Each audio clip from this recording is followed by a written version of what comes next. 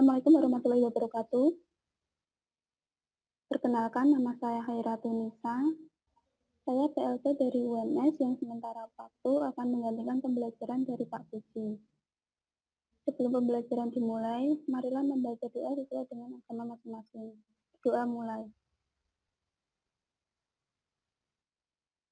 Doa selesai.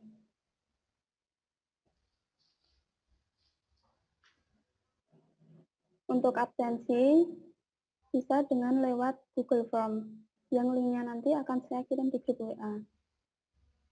Mengenai materi karakteristik kemarin, apakah ada yang perlu ditanyakan lagi?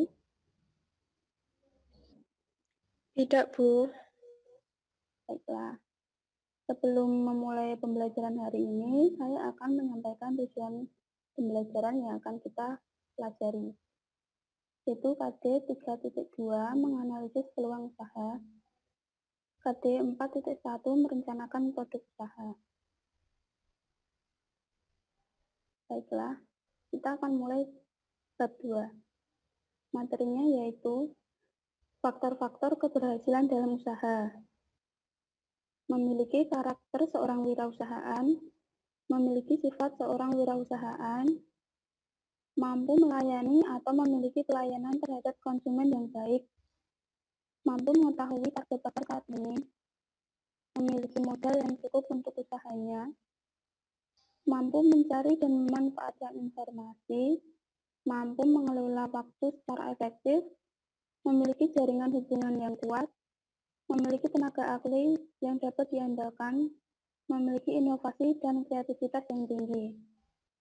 Next.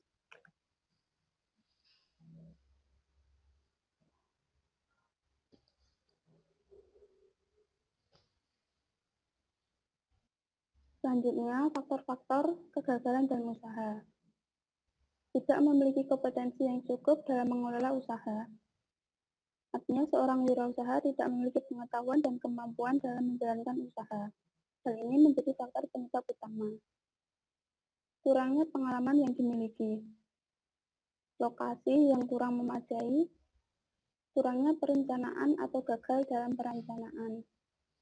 Tidak sungguh-sungguh dalam berusaha. Tidak mampu melihat serta memanfaatkan peluang yang ada. Sumber daya manusia yang tidak memadai. Next.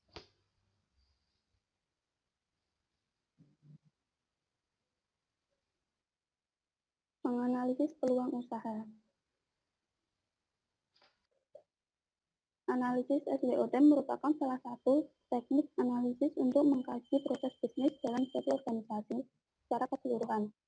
Untuk mengkaji suatu organisasi, perlu dilakukan analisis dengan melihat faktor internal atau yang muncul dari dalam, dan faktor eksternal atau yang ada atau datang dari luar.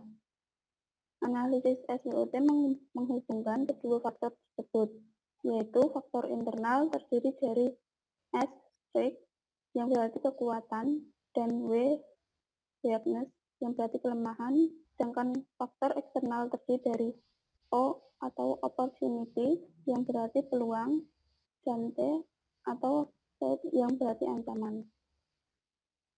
Cara analisis SWOT diterapkan dalam sebuah usaha. Dalam analisis SWOT, strength merupakan kekuatan apa yang dapat mendukung usaha kita untuk mencapai sasaran. Misalnya wirausahaan yang bergerak di bidang retail melakukan analisis peluang usaha di bidang tersebut, maka ia harus menganalisis kemampuannya. Antara lain mencakup hal-hal berikut. 1. Sumber daya keuangan yang memadai dan pekerja yang kompeten, termasuk juga kebijakan berdasarkan eksternal dan internal. 2. Sedikitnya persaingan pada pasar yang sama, misalnya tidak ada pebisnis retail lain di sekitarnya, sehingga akan menguntungkan usahanya. 3. Pembangunan bangunan retail yang baik karena didukung oleh modal yang baik pula. 4. Mampu menjangkau konsumen dalam skala besar. Selain itu, perlu pula dipertimbangkan apakah kita bisa membangun dan menjaga hubungan baik dengan pemasok. Kemudian, setelah menganalisis kemampuan tersebut, selanjutnya dilakukan analisis weakness atau kelemahan. Dalam bisnis riset, aspek kelemahan yang dianalisis antara lain mencakup hal-hal berikut. 1.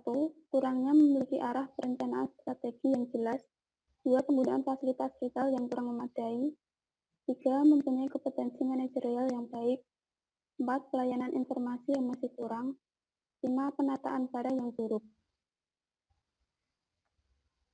Langkah selanjutnya yaitu menganalisis dari aspek opportunity atau peluang.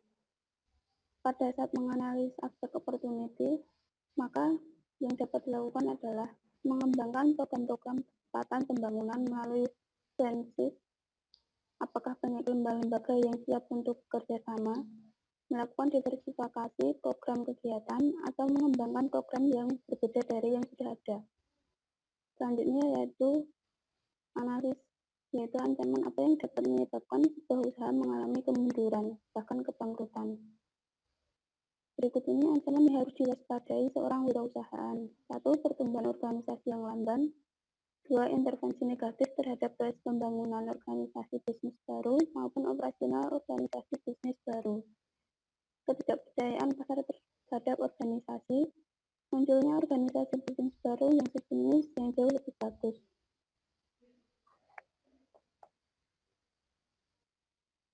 Baiklah, untuk pembelajaran hari ini cukup sampai di sini.